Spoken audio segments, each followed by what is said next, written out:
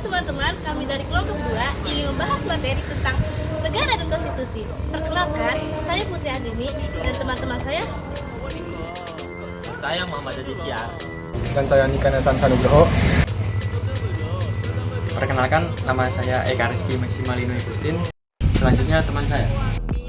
Saya Muhammad Nail Zulidam. Saya Divana Salsabila.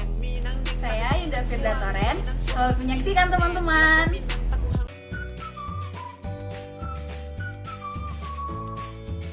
Halo teman-teman, di sini kami akan membahas tentang negara dan konstitusi.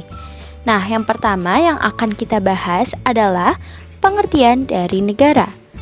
Berdasarkan Kamus Besar Bahasa Indonesia, negara adalah organisasi dalam suatu wilayah yang mempunyai kekuasaan tertinggi yang sah dan ditaati oleh rakyat. Atau dapat kita mengerti bahwa negara adalah organisasi masyarakat yang memiliki wilayah atau menempati wilayah tertentu dan berada di bawah pemerintahan yang berdaulat yang mengatur kehidupan masyarakat tersebut. Nah, teman-teman, kita ketahui bahwa setiap negara yang terbentuk itu memiliki unsur-unsur. Nah, sekarang kita akan mengetahui apa itu unsur-unsur dari negara. Jadi, negara memiliki 3 unsur. Yang pertama adalah rakyat. Nah, rakyat suatu negara itu dapat dibedakan antara penduduk dan bukan penduduk, di mana penduduk itu adalah orang-orang yang bertempat tinggal menetap atau berdomisili di suatu negara. Seseorang yang dikatakan bertempat tinggal menetap di suatu negara berarti sulit dikatakan sampai kapan tempat tinggal itu. Nah, jadi kita ketahui apabila ada seseorang yang menetap di suatu negara dan tidak diketahui sampai kapan, maka itu disebut dengan penduduk. Sedangkan yang bukan penduduk adalah orang-orang yang bertempat tinggal di suatu negara hanya untuk sementara waktu dan bukan dalam maksud untuk menetap. Jadi, apabila kita mengunjungi suatu negara hanya bertujuan sementara waktu dan tidak bermaksud untuk menetap, maka kita disebut bukan penduduk. Nah, penduduk yang merupakan anggota sah dan resmi dari suatu negara itu dapat diatur sepenuhnya oleh pemerintah yang bersangkutan, maka itu dinamakan warga negara. Nah, teman-teman, sekarang kita akan membahas unsur negara yang kedua, yaitu wilayah dengan batas-batas tertentu. Sebelumnya kita harus mengetahui apa itu wilayah. Wilayah adalah sebuah daerah yang dikuasai atau menjadi teritorial dari sebuah kedaulatan.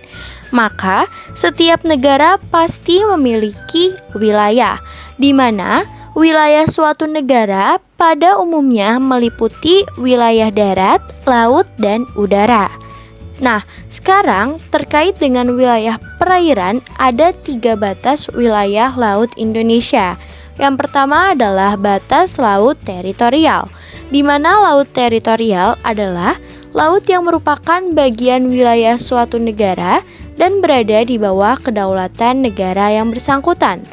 Batas laut teritorial semula diumumkan melalui Deklarasi Juanda pada tanggal 13 Desember 1957, di mana sesuai dengan pengumumannya, batas laut teritorial Indonesia adalah 12 mil yang dihitung dari garis dasar. Yang kedua adalah batas landas kontinen, di mana landas kontinen adalah dasar lautan, baik dari segi geologi maupun segi morfologi, yaitu kelanjutan dari kontinen atau benuanya. Pada tahun 1969, pemerintah Indonesia mengeluarkan pengumuman tentang landas kontinen Indonesia, yaitu sampai kedalaman laut 200 meter. Nah, yang ketiga adalah batas zona ekonomi eksekutif atau ZEE.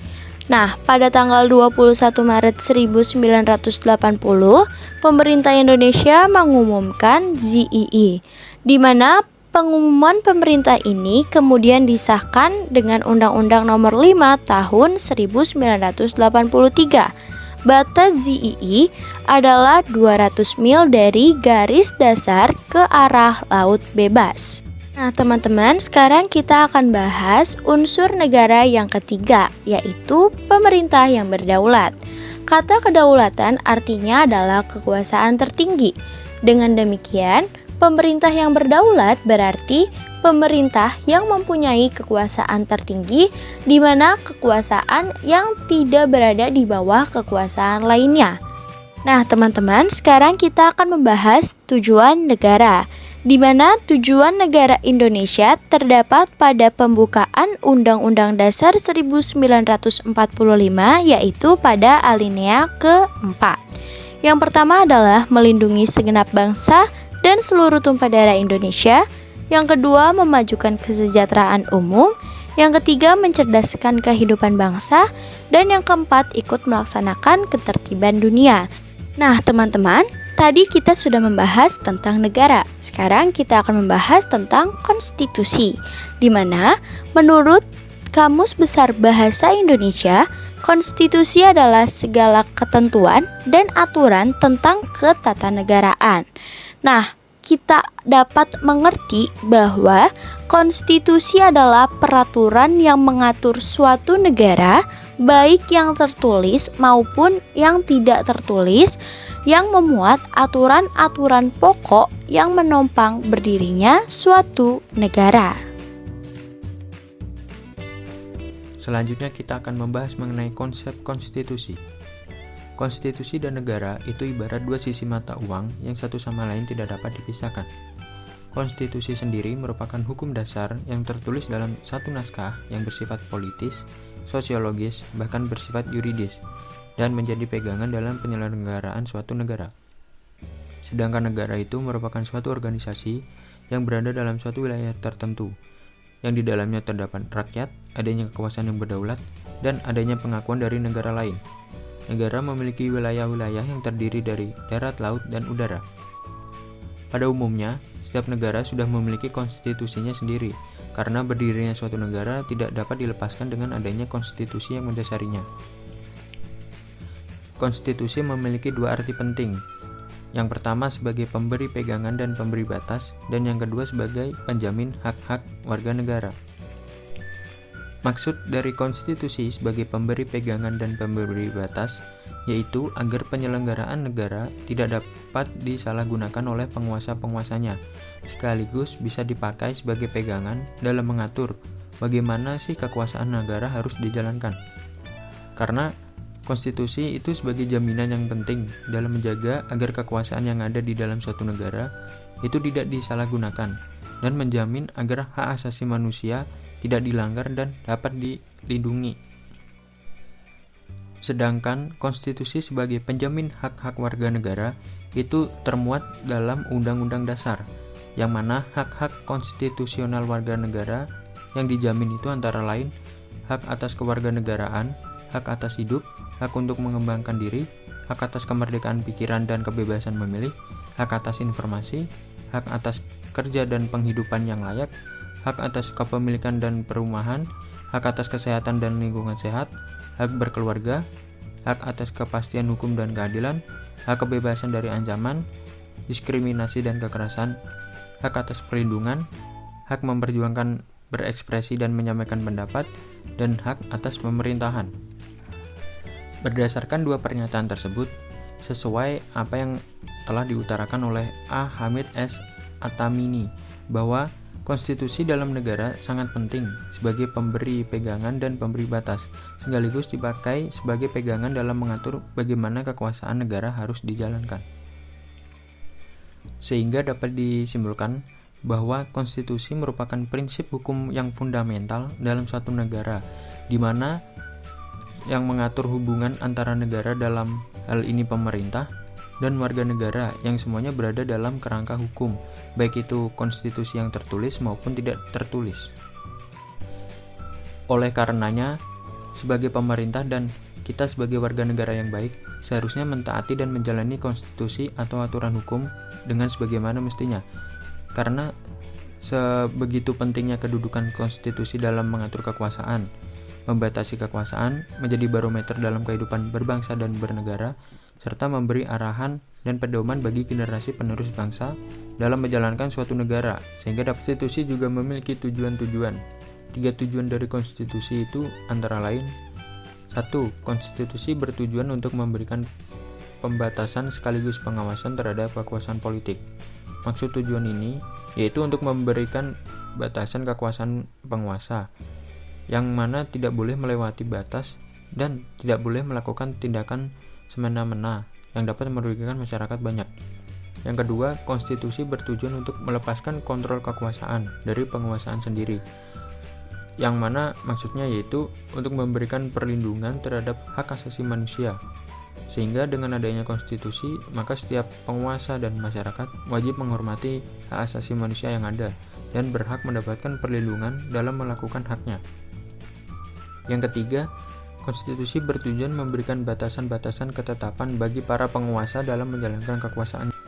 Selanjutnya kita akan membahas mengenai macam-macam konstitusi. Di Indonesia sendiri ada 2 macam konstitusi, yaitu konstitusi tertulis dan konstitusi tidak tertulis. Konstitusi tertulis yaitu sekumpulan aturan pokok dasar negara, bangunan negara, dan tata negara yang mengatur kehidupan satu bangsa di dalam persekutuan hukum negara.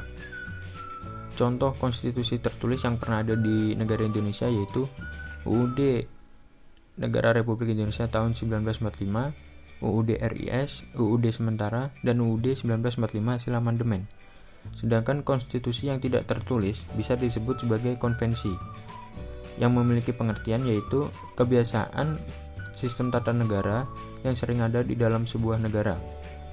Contoh dari konvensi yaitu keputusan di MPR yang diambil dan diputuskan berdasarkan musyawarah secara mufakat. Yang kedua, pidato presiden pada sidang paripurna DPR setiap tanggal 16 Agustus 1945 dan pidato presiden sebelum MPR melakukan sidang. Undang-Undang Dasar 1945 sebagai Konstitusi Negara Indonesia. Konstitusi Negara Indonesia adalah Undang-Undang Dasar 1945 yang pertama kali disahkan oleh Panitia Persiapan Kemerdekaan Indonesia atau PPKI pada tanggal 18 Agustus 1945. Pada tata susunan peraturan perundang-undangan negara, Undang-Undang Dasar 1945 menempati tempatan tertinggi. Menurut jenjang norma hukum, Undang-Undang Dasar 1945 merupakan kelompok aturan dasar atau utama negara yang berada di bawah Pancasila sebagai norma dasar. Konstitusi yang pernah berlaku di Indonesia. Sejak proklamasi 17 Agustus 1945 sampai kini, Indonesia sudah berlaku 3 macam undang-undang dasar dalam 4 periode. Yang pertama, periode 18 Agustus 1945 sampai 27 Desember 1949 berlaku Undang-Undang Dasar 1945 yang terdiri dari bagian pembukaan, batang tubuh, 16 bab, 37 pasal, 4 pasal hukum peralihan, 2 ayat aturan tambahan, dan bagian penerangan.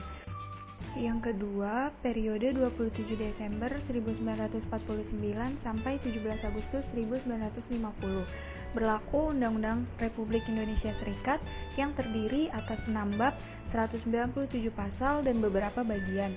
Yang ketiga, periode 17 Agustus 1959 sampai 5 Juli 1959 berlaku Undang-Undang Dasar Sementara 1950 terdiri atas 6 bab, 146 pasal, dan beberapa bagian. Yang keempat atau yang terakhir, periode 5 Juni 1959 sampai sekarang kembali berlaku Undang-Undang Dasar 1945. Khusus pada periode keempat berlaku Undang-Undang Dasar 1945 dengan pembagian sebagai berikut. Yang pertama, Undang-Undang 1945 yang belum diamandemenkan. Yang kedua, Undang-Undang Dasar 1945 yang telah diamandemenkan yaitu tahun 1999, tahun 2000, tahun 2001, dan tahun 2002. Amandemen tersebut merupakan amandemen pertama, yaitu Sidang Umum MPR 19 September tahun 1999, yaitu 8 pasal tentang hak dan kewajiban Presiden dan Wakil Presiden serta hak legislatif. Amandemen kedua yaitu Sidang Tahunan MPR 18 Agustus tahun 2000, yaitu tambahan dan perubahan 5 bab 25 pasal mengenai otonomi daerah, DPR, wilayah negara, kewarganegaraan, hak dasar atau HAM, pertahanan dan keamanan, serta perlengkapan negara. Amandemen ketiga yaitu Sidang Tahunan MPR 9 November tahun 2001, yaitu tambahan dan perubahan 3 bab 24 pasal tentang kedaulatan dan negara Indonesia, MPR, pencalonan presiden dan wakil presiden, pemilihan presiden dan wakil presiden, permakzulan, hak-hak presiden, Kementerian Negara, Dewan Perwakilan Daerah, Pemilihan Umum, Keuangan Negara, Badan Pemeriksaan Keuangan, Mahkamah Agung dan Kekuasaan Kehakiman, Komisi Yudisial, serta Mahkamah Konstitusi. Amandemen keempat yaitu Sidang Tahunan MPR 10 Agustus tahun 2002. Yang pertama, perubahan Undang-Undang Dasar 1945, pertama, kedua, ketiga, dan keempat ditetapkan sebagai Undang-Undang Dasar 1945. Yang kedua, penambahan bagian akhir pada perubahan kedua Undang-Undang Dasar Negara Republik Indonesia tahun 1945 dengan kalimat perubahan tersebut diputuskan dalam rapat paripurna MPR RI ke-9 tanggal 18 Agustus tahun 2000, Sidang Tahunan MPR RI dan mulai berlaku pada tanggal ditetapkan.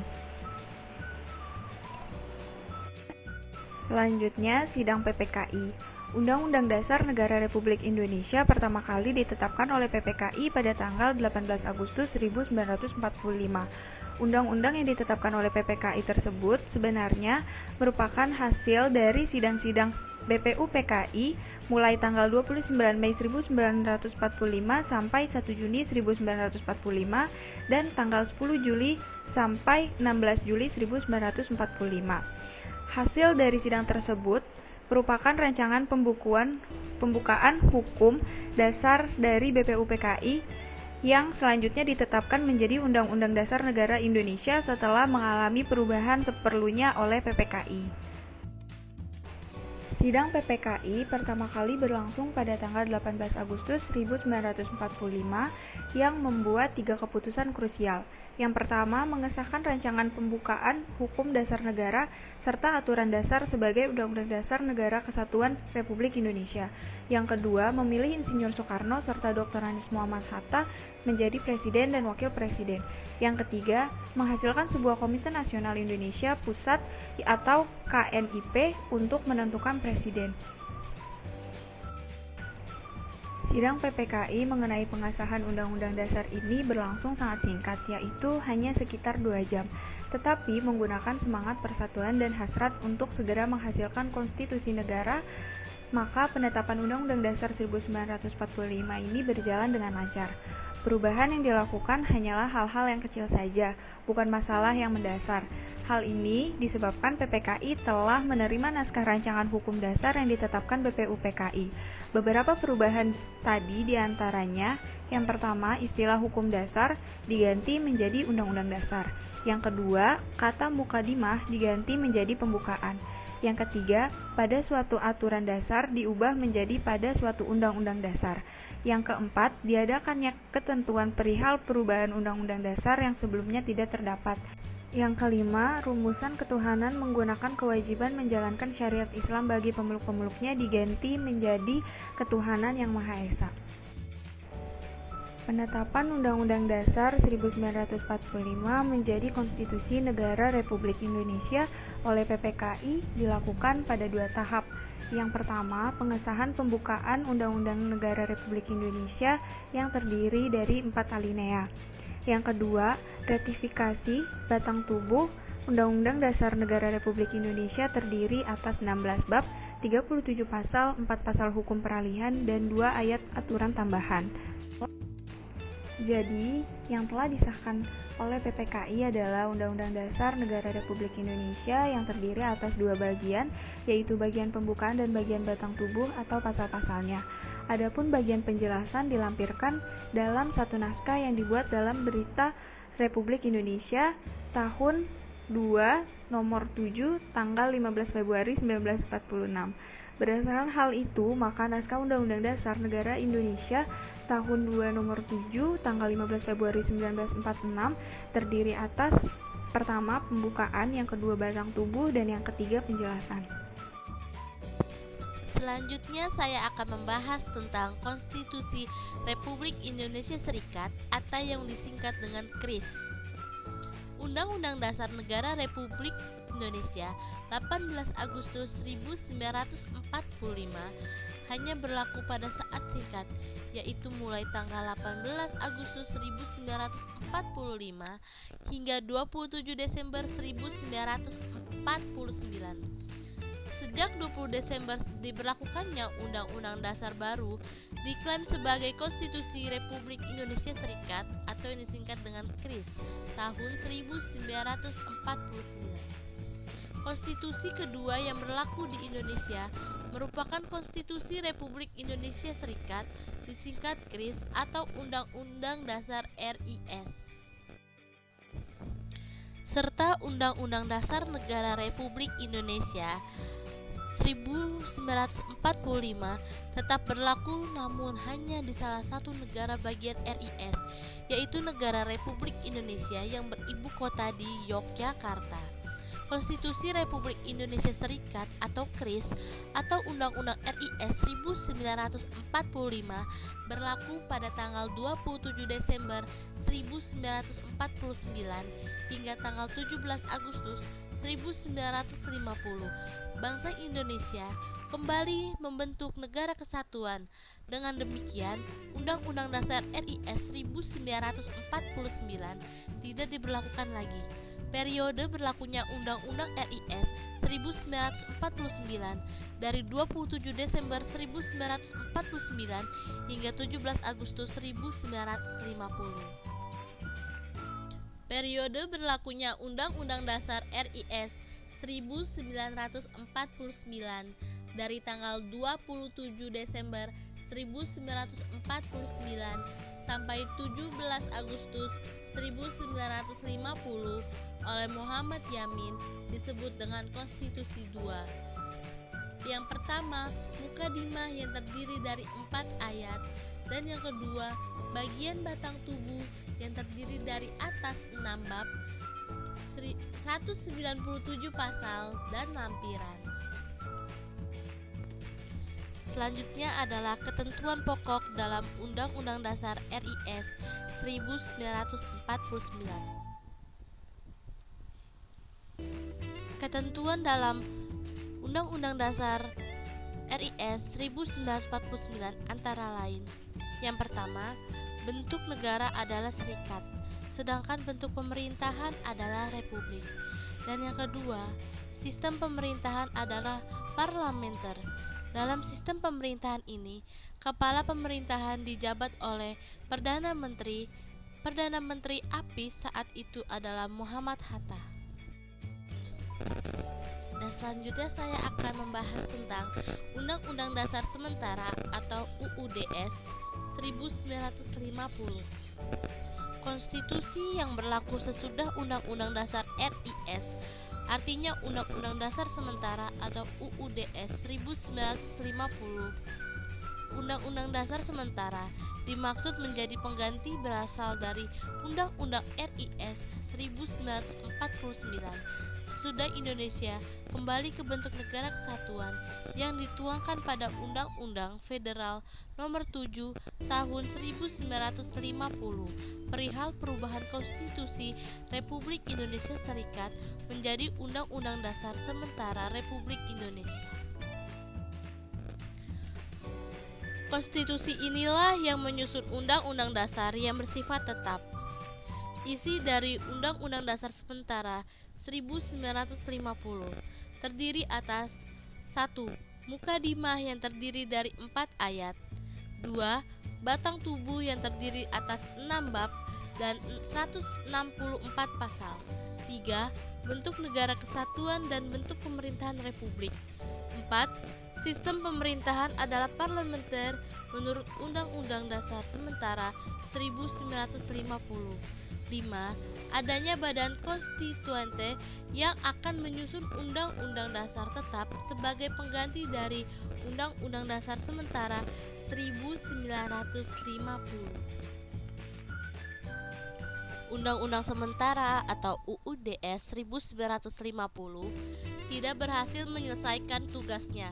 Situasi ini kemudian memicu munculnya dekrit yang isinya sebagai berikut. Yang pertama, menetapkan pembubaran konstituante.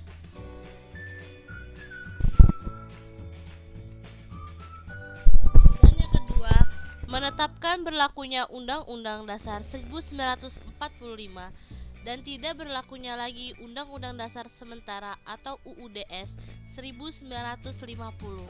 Dan yang terakhir, yaitu pembentukan MPRS dan DPAS. Selanjutnya adalah proses amandemen Undang-Undang Dasar 1995. Amandemen atau dalam bahasa Inggris adalah amendment ialah perubahan. Mengamandemen artinya memperbaharui atau mengadakan perubahan. Kata amandemen sebenarnya adalah hak, yaitu hak parlemen buat membaharui atau mengusulkan perubahan rancangan undang-undang. Perkembangan selanjutnya, ada kata amandemen Undang-Undang Dasar yang merupakan perubahan Undang-Undang Dasar. Kata perubahan konstitusi itu sendiri mencakup dua pengertian. Yang pertama adalah amandemen konstitusi dan yang kedua adalah pembaharuan konstitusi. Dalam hal amandemen konstitusi, perubahan yang dilakukan merupakan addendum atau sisipan dari konstitusi yang asli. Konstitusi yang asli tetap berlaku. Adapun bagian yang diamandemen merupakan atau menjadi bagian dari konstitusinya. Amandemen atas Undang-Undang Dasar 1945 dimaksudkan untuk mengubah dan memperbaharui konstitusi negara Indonesia agar sesuai dengan prinsip-prinsip negara demokrasi. Dengan adanya amandemen terhadap Undang-Undang Dasar 1945, maka konstitusi kita diharapkan semakin baik dan tetap menyesuaikan dengan tuntunan perkembangan dan kehidupan dan kenegaraan yang demokratis. Undang-Undang Dasar 1945 sebagai konstitusi atau dasar negara Republik Indonesia juga harus mampu menyesuaikan dengan perkembangan dan tuntutan. Untuk itu, perlu dilakukan perubahan terhadap Undang-Undang Dasar 1945 yang sejak merdeka sampai masa pemerintahan Presiden Soeharto belum pernah dilakukan perubahan. Dan yang keempat, putusan untuk mengubah pasal-pasal Undang-Undang Dasar 1945 dilakukan dengan persetujuan sekurang-kurangnya 50% ditambah 1 anggota dari seluruh anggota Majelis Permusyawaratan Rakyat. Dan yang terakhir atau yang kelima, khusus mengenai bentuk negara kesatuan Republik Indonesia tidak dapat dilakukan perubahan. Perubahan atau amandemen Undang-Undang Dasar 1945 dilakukan pertama kali oleh MPR pada Sidang Umum MPR tahun 1999 dan mulai berlaku sejak tanggal 19 Oktober 1999. Amandemen atas Undang-Undang Dasar 1945 dilakukan oleh MPR sebanyak 4 kali. Dengan demikian, Undang-Undang Dasar 1945 telah mengalami 4 kali perubahan, yaitu sebagai berikut.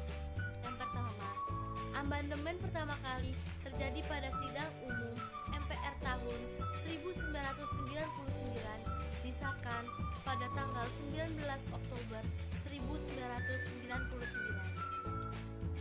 Yang kedua ialah amandemen kedua terjadi pada sidang tahunan disahkan 18 Agustus tahun 2000. Dan yang ketiga, amandemen ketiga terjadi pada sidang tahunan MPR disahkan pada 10 November 2001. Dan yang terakhir atau yang keempat, amandemen keempat terjadi pada sidang tahunan MPR disahkan pada 10 Agustus tahun 2002. Jadi, pada perubahan keempat ini yang diamandemen sebanyak 13 pasal serta 3 pasal aturan peralihan dan 2 pasal aturan tambahan.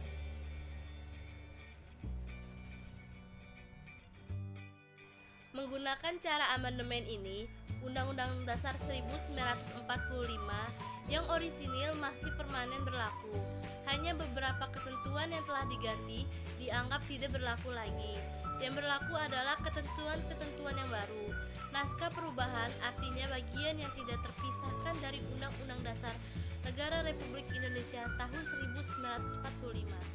Dengan demikian, naskah Undang-Undang Dasar 1945 terdiri atas: pertama, naskah asli Undang-Undang Dasar 1945; kedua, naskah perubahan pertama UUD 1945; ketiga, naskah perubahan kedua Undang-Undang Dasar 1945; keempat, naskah perubahan ketiga Undang-Undang Dasar 1945; dan yang kelima, naskah perubahan keempat Undang-Undang Dasar 1945. Naskah Undang-Undang Dasar 1945, perubahan pertama, kedua, ketiga, dan keempat tersebut tertuang dalam putusan MPR tentang Undang-Undang Dasar 1945 dan perubahannya. Putusan MPR tersebut tidak menggunakan nomor putusan majelis. Hal ini berbeda dengan jenis putusan majelis lainnya, yaitu ketetapan majelis dan keputusan majelis yang menggunakan nomor keputusan majelis. Dengan amandemen tersebut, maka Konstitusi Negara Indonesia Undang-Undang Dasar 1945 menjadi lebih lengkap dan bertambah jumlah pasal-pasalnya. Jumlah keseluruhan pasal yang diubah dari perubahan pertama sampai keempat ada 73 pasal. Namun jumlah nomor pasal tersebut tetap, yaitu 37, tidak termasuk aturan peralihan dan aturan tambahan. Perubahan dilakukan dengan cara menambahkan huruf A, B, C, dan seterusnya. Perilaku konstitusional adalah perilaku-perilaku yang senantiasa berdasar dan hanya berpijak pada aturan-aturan penyelenggaraan bernegara yang tertuang dalam UUD 1945. Perilaku konstitusional juga dapat diartikan sebagai perilaku yang sesuai dengan konstitusi negara. Sebaliknya, perilaku konstitusional ialah perilaku yang tidak sesuai atau bertentangan dan menyimpang dari konstitusi negara. Perilaku konstitusional wajib dimiliki dan diterapkan oleh semua warga negara karena perilaku konstitusional dapat menciptakan keadaan yang tertib, disiplin, dan sesuai dengan hukum. Pembahasan tentang sikap positif terhadap konstitusi tersebut meliputi perilaku konstitusional bagi penyelenggara negara, parpol, maupun organisasi masyarakat, maupun juga sebagai warga negara Indonesia sebagai berikut. Yang A. Perilaku konstitusional bagi penyelenggara negara. Berdasarkan konstitusi yang berlaku di Indonesia, saat ini penyelenggara negara dilaksanakan oleh lembaga-lembaga negara meliputi MPR, Presiden, Kementerian Negara, DPR, DPD, KPU, Badan Pemeriksa Keuangan, MA, MK, TNI, dan Kepolisian Negara Republik Indonesia. Lembaga-lembaga penyelenggara negara tersebut melaksanakan tugas atau kewajibannya berdasarkan wewenang yang dimiliki berdasarkan ketetapan konstitusi lain. Yang pertama, MPR, Majelis Permusyawaratan Rakyat, bersidang sedikitnya sekali dalam 5 tahun di ibu kota negara. Wewenang MPR ialah: yang pertama, mengubah dan menetapkan UUD. Yang kedua, melantik presiden dan wakil presiden. Yang ketiga, memberhentikan presiden dan atau wakil presiden dalam masa jabatannya menurut Undang-Undang Dasar. Yang selanjutnya ada Presiden dan Kementerian Negara. Dalam menjalankan tugas, Presiden dibantu oleh Menteri-Menteri Negara yang membidangi urusan tertentu, misalnya pada bidang pertahanan keamanan, luar negeri, dalam negeri, informasi, hukum dan HAM, pendidikan, ekonomi, kebudayaan, olahraga, riset dan teknologi, sosial, kelautan lingkungan hidup, kesehatan, dan lain-lain. Berikut adalah perilaku konstitusional Presiden dan Kementerian Negara. Yang pertama, tidak pernah mengkhianati negara. Yang kedua, mampu secara rohani dan jasmani untuk melaksanakan tugas sebagai presiden dan wakil presiden. Yang ketiga, mengajukan rancangan undang-undang kepada DPR. Yang keempat, menetapkan peraturan pemerintah untuk menjalankan UU. Yang selanjutnya ada DPR. Anggota Dewan Perwakilan Rakyat dipilih melalui pemilihan umum. Susunan DPR ditetapkan dengan undang-undang. Tugas DPR ialah antara lain, yang pertama, bersidang sedikitnya sekali dalam setahun, yang kedua, membentuk undang-undang, yang ketiga, membahas rancangan undang-undang bersama dengan Presiden. Dalam melaksanakan tugasnya, DPR juga memiliki hak-hak, yaitu untuk menyatakan pendapat, hak untuk menetapkan anggaran belanja negara, hak untuk meminta keterangan kepada Presiden, hak angket, yaitu hak untuk mengadakan penyelidikan atas kebijakan pemerintah, hak untuk mengajukan pertanyaan, hak untuk menyampaikan usul dan pendapat, serta hak imunitas, yaitu hak kekebalan hukum. Yang keempat, DPD. Anggota DPD dipilih dari setiap provinsi melalui pemilihan umum. Jumlah anggota DPD tidak boleh lebih dari jumlah anggota DPR. DPD bersidang setidaknya sekali dalam setahun. DPD juga dapat mengajukan rancangan undang-undang tentang otonomi daerah, hubungan antar pusat dan daerah, pembentukan dan pemekaran atau penggabungan daerah, dan lain-lain kepada DPR. Nah, DPD juga berhak melakukan pengawasan atas pelaksanaan undang-undang tersebut. Yang kelima, KPU. Sebagai negara yang menerapkan sistem penerapan rakyat atau demokrasi, pemilihan umum merupakan sarana pesta demokrasi untuk memilih wakil-wakil rakyat yang akan duduk di DPR, DPD, Presiden dan Wakil Presiden, serta DPRD. Pemilu di Indonesia dilaksanakan secara langsung, umum, bebas, rahasia, jujur, dan adil. Dilaksanakan selama 5 tahun sekali. Yang keenam, BPK. Untuk memeriksa pengelolaan dan tanggung jawab keuangan negara, dibentuklah BPK atau Badan Pemeriksaan Keuangan. Kemudian hasil pemeriksaan keuangan negara diserahkan kepada DPR, DPD, DPRD sesuai dengan kewenangannya. Hasil pemeriksaan tersebut ditindaklanjuti oleh lembaga perwakilan atau badan sesuai dengan undang-undang. Anggota BPK dipilih oleh DPR dengan memperhatikan dan mempertimbang DPD dan diresmikan oleh Presiden. Yang ketujuh, MA. Kewenangan MA adalah menguji peraturan perundangan dan di bawah undang-undang, dan wewenang ini diberikan oleh calon hakim agung disusulkan oleh Komisi Yudisial kepada DPR untuk mendapatkan persetujuan dan selanjutnya ditetapkan menjadi hakim agung oleh Presiden. Kewenangan Komisi Yudisial adalah mengangkatkan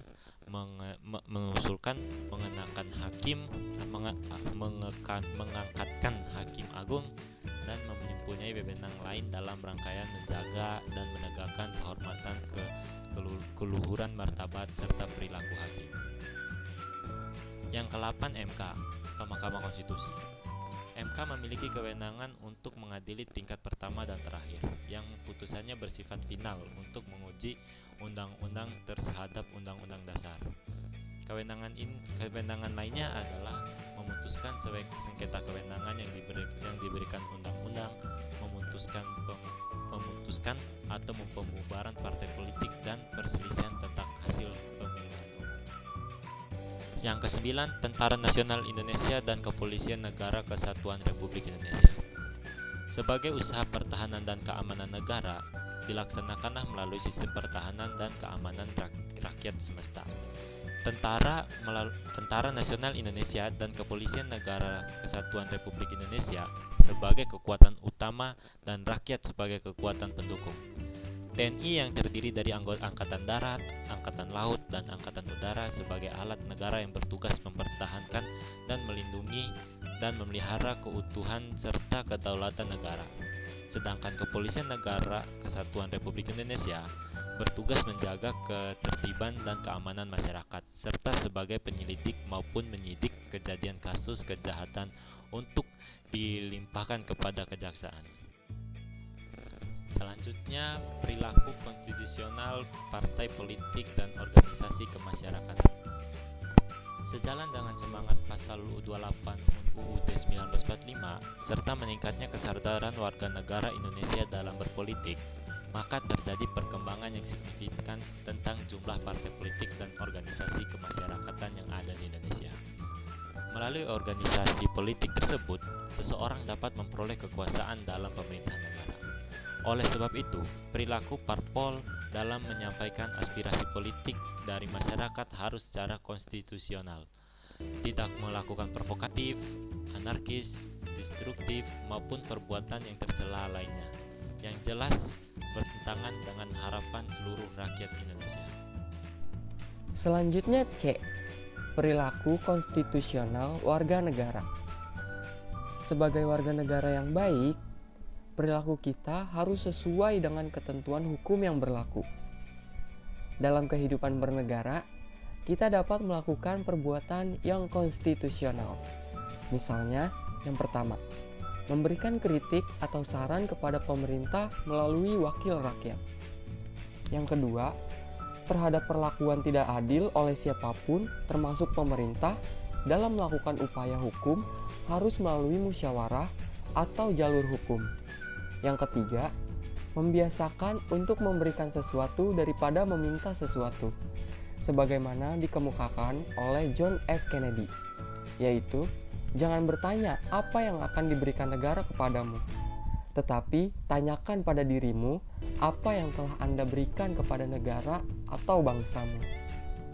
Berikut adalah contoh perilaku inkonstitusional yang perlu dihindari dalam kehidupan berbangsa dan bernegara.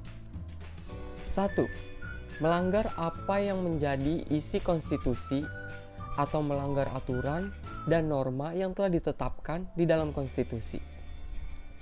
2. Menyalahgunakan konstitusi untuk kepentingan pribadi atau kelompok maupun untuk memperkaya diri sendiri atau korupsi. Agar perilaku konstitusional dapat terwujud, maka harus dilandasi dengan sikap yang positif terhadap Undang-Undang Dasar 1945.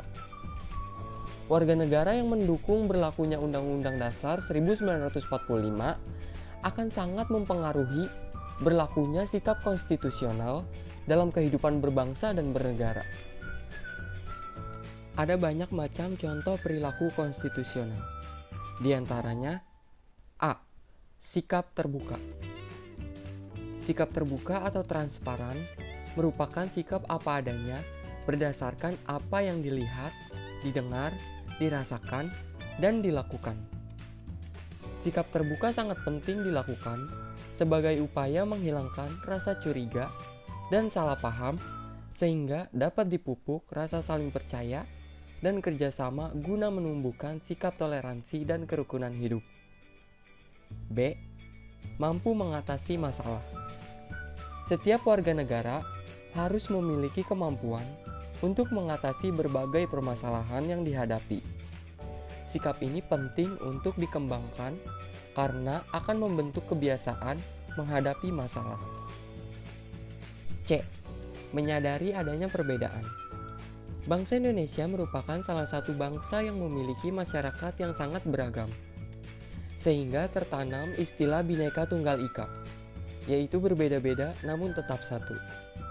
Perbedaan harus diterima sebagai suatu kenyataan atau realitas masyarakat di sekitar kita, baik agama, suku bangsa, adat istiadat, dan budayanya. Dengan bersikap seperti ini, akan memudahkan kesatuan dan persatuan bangsa. D. Memiliki harapan realistis. Negara Indonesia dengan wilayah yang luas dan jumlah penduduk terbesar keempat di dunia memiliki permasalahan yang lebih kompleks dalam berbagai sektor kehidupan. Dalam penyelenggaraan kehidupan negara, sangat penting bagi warga negara untuk mampu memahami situasi ini dan kondisi negara dalam kebijakan yang diambil, sehingga dalam keputusan nanti akan menghasilkan sesuatu yang bermanfaat bagi semua warga negara.